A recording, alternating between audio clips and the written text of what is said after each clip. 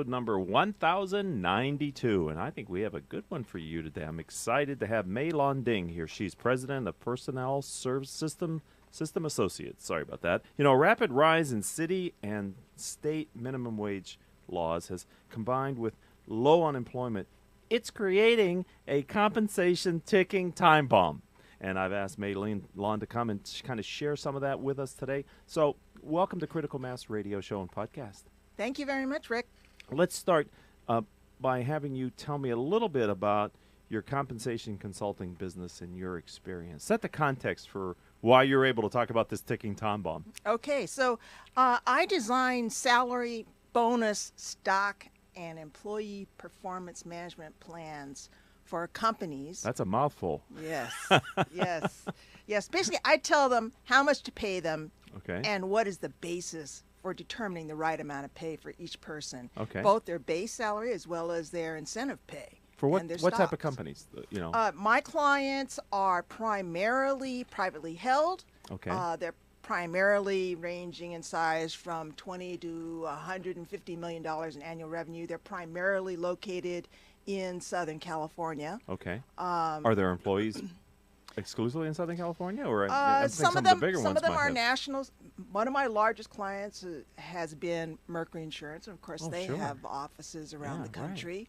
Selling How much auto more insurance. complicated is it for the CEO of a company that has multi-state employees versus just California? It is hugely more difficult because many states vary their employment laws from the federal law. Okay. And in particular, California Right. has very different laws from the federal law, Uh-huh. some of which I'm going to be talking about today. Right. So, you know, we talk about this as the compensation ticking time bombs. I got that from you, which I kind of love that title. But why do you phrase it that way? I think that there are two laws I'm going to talk about. One are the minimum wage laws, but the second one is the California Fair Pay Act. Okay. And I think they're both a little bit under the radar for employers, because I think employers think, oh, you know, if I'm in compliance with the federal law, well, I'm probably in compliance with the state law, and that's not true. A. B. These two laws are although they are in effect today, their impact is going to grow year by year. The minimum wage laws are set to increase at a state level at almost 10% a year. Compare that to average wage budgets for employers now, rising at around 3% a year. Okay. But that's just the minimum wage. That's just the minimum. That just impacts the minimum wage. Yeah, but also Yes. all the employees who are above but closer Yes. to the minimum wage. So basically, your hourly workforce, maybe all the way up to about $20 an hour, are all going to be expecting. Impacted by this. Yeah, they're all going to be impacted by it. And I think a lot of employers are going to be caught by surprise. They're thinking, oh, I don't have many employees near the minimum wage. Right. I have very few. Right. So why do I need to worry about this? Well, number one, because that minimum wage is rising so fast that it's going to get close to your lowest, as an employer, your lowest wage. It's going to get close pretty fast. And number two, the employees in your company who are closest to the minimum wage expect to maintain a significant differential to the minimum. You know, you and I, when we were meeting earlier, I was telling you how one of the stories that I have in my new book, Killing Cats Leads to Rats, about unintended consequences of business decisions, is an example of Walmart, where they had this exact issue, where they decided to raise the pay of their minimum waged employees without taking into account the people that were a few dollars above them. And that created a huge issue for them with the employees that had been there for up to 10 years but were now making close to what these quote-unquote new hires were making. So it can happen in a big company like Walmart with thousands of employees, and it can happen in a small 50-person company here in Orange County too, can it, Mae? Yes, absolutely. In fact, some major national retail employers and financial institutions have announced that on a national basis, they are dramatically increasing the lowest wage they pay across the country. What's dramatic? Do you have the... Well, so for instance, Bank of America says that their lowest wage they're going to pay anywhere in the country is going to be $15 an hour. Wow. And Wells Fargo, same thing, $15 an hour. And of course, that's the lowest anywhere. That means that in California, they'll probably pay higher. Okay. And in Los Angeles, maybe even higher than in California as a whole. So I'm talking with Mae Lon, and where she's the president of Personnel Systems Associates, and we're talking about the ticking time bombs as it relates to compensation. And the first one we're dealing with in this block is the minimum wage. So you clearly explained that there's a federal kind of best practice, wage practice. There's states that have their own. But as far as minimum wage goes, aren't even locales and cities having their own view of what a living minimum wage should be? I mean, it's just even more complexity for the business owner. That's right. That's right. So, of course, the federal minimum wage is $7.25 an hour. The California minimum wage this year is $11 an hour. Okay. But the Los Angeles minimum wage right now is $12. And in July 1st of this year, it's going to go to $13.25. So this is part of the aggressive rate increases that you're talking about. So Los Angeles County is significantly higher than the state. And the state is significantly higher than the Fed. Right. Okay. And if you go to cities like San Francisco or Berkeley or Mountain View, well, Berkeley, Mountain View, and Sunnyvale are already at $15 an hour. Already at 15. Already at 15. The state of California plans and that's to go where to 15. that's where you employ them, not where they live. Is that right? That's right. That's what it's. So if your company is in Orange County, but your workers live in L.A., you pay them the prevailing rate for the city in which you operate. In which that employee works. Okay. So if that employee lives in Orange County, but they're commuting to see their customers in Los Angeles County, you have to pay them Los Angeles County. Really? Yes. It's where they are doing the work. Whoa, so this is complicated. I mean, it requires someone with your expertise to be able to just explain to the CEO how to properly pay somebody.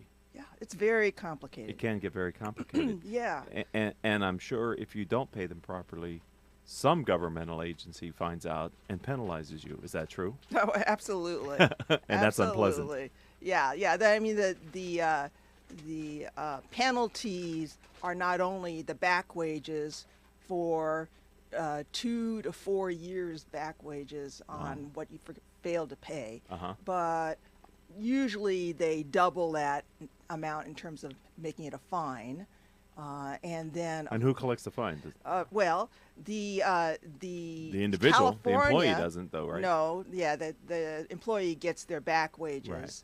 The state of California collects a fine for themselves. Yeah, for the trouble. Right, for their trouble. And let's say that you had a number of employees who were not paid their due minimum wage, maybe because you didn't realize that even though your headquarters was in Orange County, they were doing their work in Los Angeles. Right. I mean, I think that anybody's listening to the show today, if we had our engineer ready, would play the gong, because that was a very important. There you go. Our loyal listeners know if they hear the gong to maybe go back a couple minutes and pick up what Mae Lon was talking about. But I would have thought, you corrected it for me, it's not where you employ them, it's where they do their work. So if they're an outside salesperson or a technician or something on site with it, you have to look at the city they're doing their work in. That's right. And you get enough employees together, and they may not although they can have the state represent them for free, they can, if there's enough of them, they can find an attorney who will represent them for free. Okay. All right. Okay. We're gonna take our break. On that note, ladies and gentlemen, we're just gonna say enough is enough,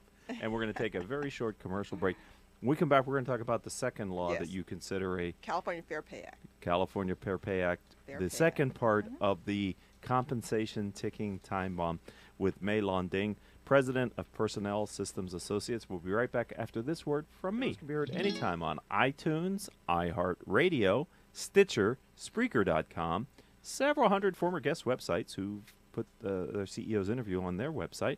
You know, since we started this show in 2009, we've reached hundreds of thousands of listeners through our live stream, podcasts, and other channels like YouTube. We do a video. You can watch this Facebook Live on Critical Mass, or octalkradio.net. All right, I said in the second block we were going to talk about the second law that's a ticking time bomb from a compensation perspective. Mae Lon, can you tell us a little bit more about that?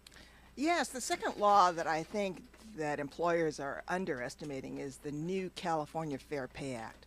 The federal law has had, something called the Equal Pay Act since the 60s, so it's been around for a long time. But California just passed their own version that is much more employee-friendly and much more demanding of employers. What were they trying to solve? What problem were they trying to solve by passing this law? Well, there's a couple things. Number one is that they wanted to make sure that employers were not basing pay offers for employees based on their former rate of pay at another employer, because they didn't want to institutionalize gender and race discrimination that already exists in the marketplace. So if women and minorities are underpaid and you just pay everyone 3% more than they used to get paid in their old employer, or 5% more than they used to get paid, then all you're doing is maintaining that same differential, that same illegal differential. Okay, so that sounds like a perfectly logical thing that you want to do. And my book, Killing Cats Leads to Rats, is about unintended consequences of decisions that you make. Why do you consider this law a ticking time bomb then? I consider it a ticking time bomb because the way they have worded this law is that an employer must base the offer on a job-related and business-related rationale.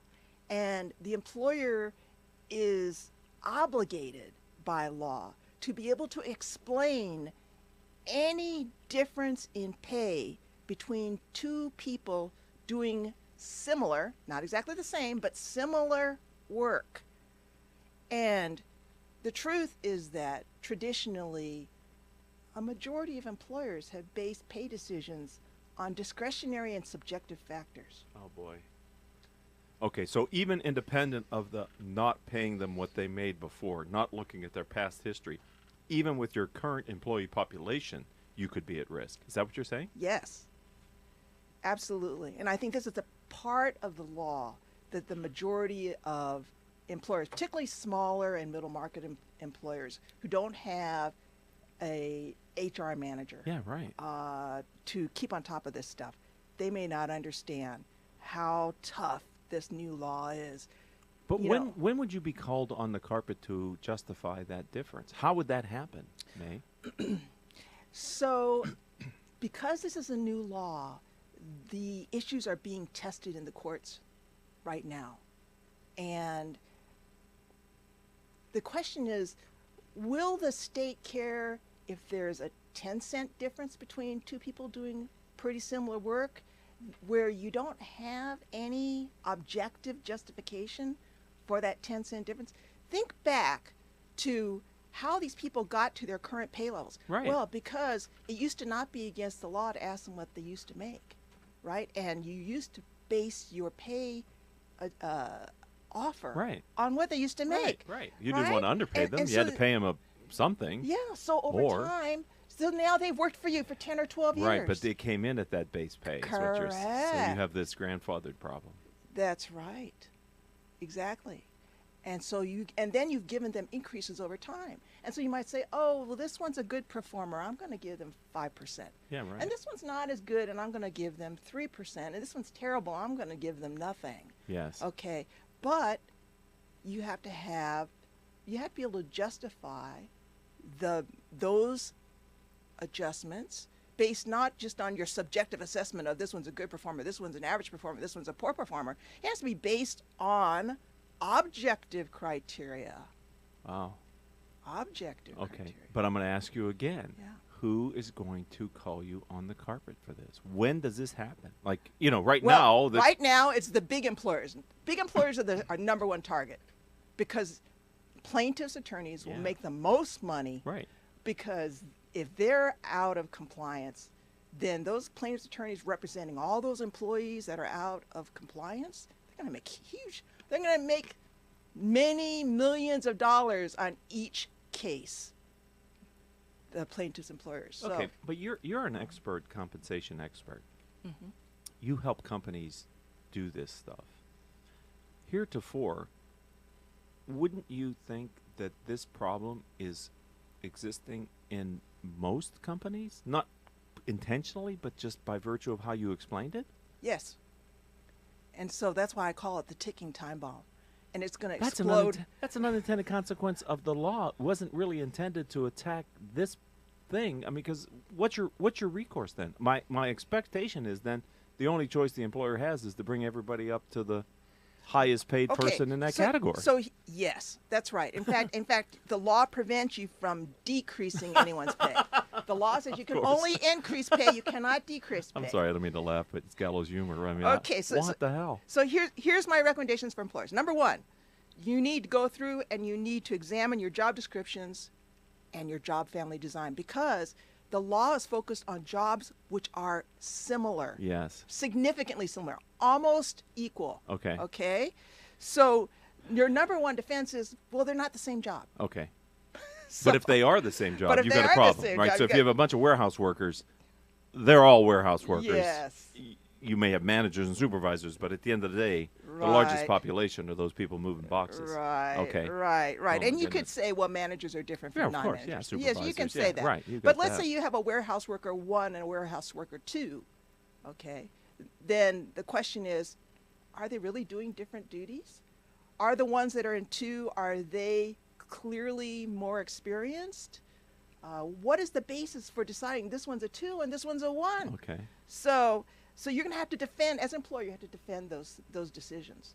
So that's number one, job descriptions and your job family design. Number 2 is create a pay policy that links pay to defensible factors and measurements. What is defensible? That's objective. Numbers. Yes, numerical. Facts. That's right. Numbers. You moved 6 boxes, he moved 5, I'm giving you more. Exactly right. Number 3, you need to do an internal audit on your current pay practice so you can fix it. You need to figure out what's out of line and go in and fix it. Right, an ounce of prevention is worth a pound of cure, right?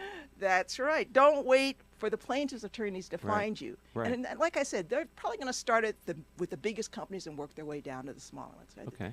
Start with where the most money is to be made.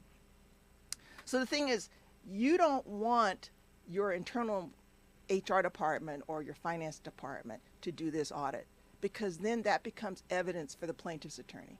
Oh, boy.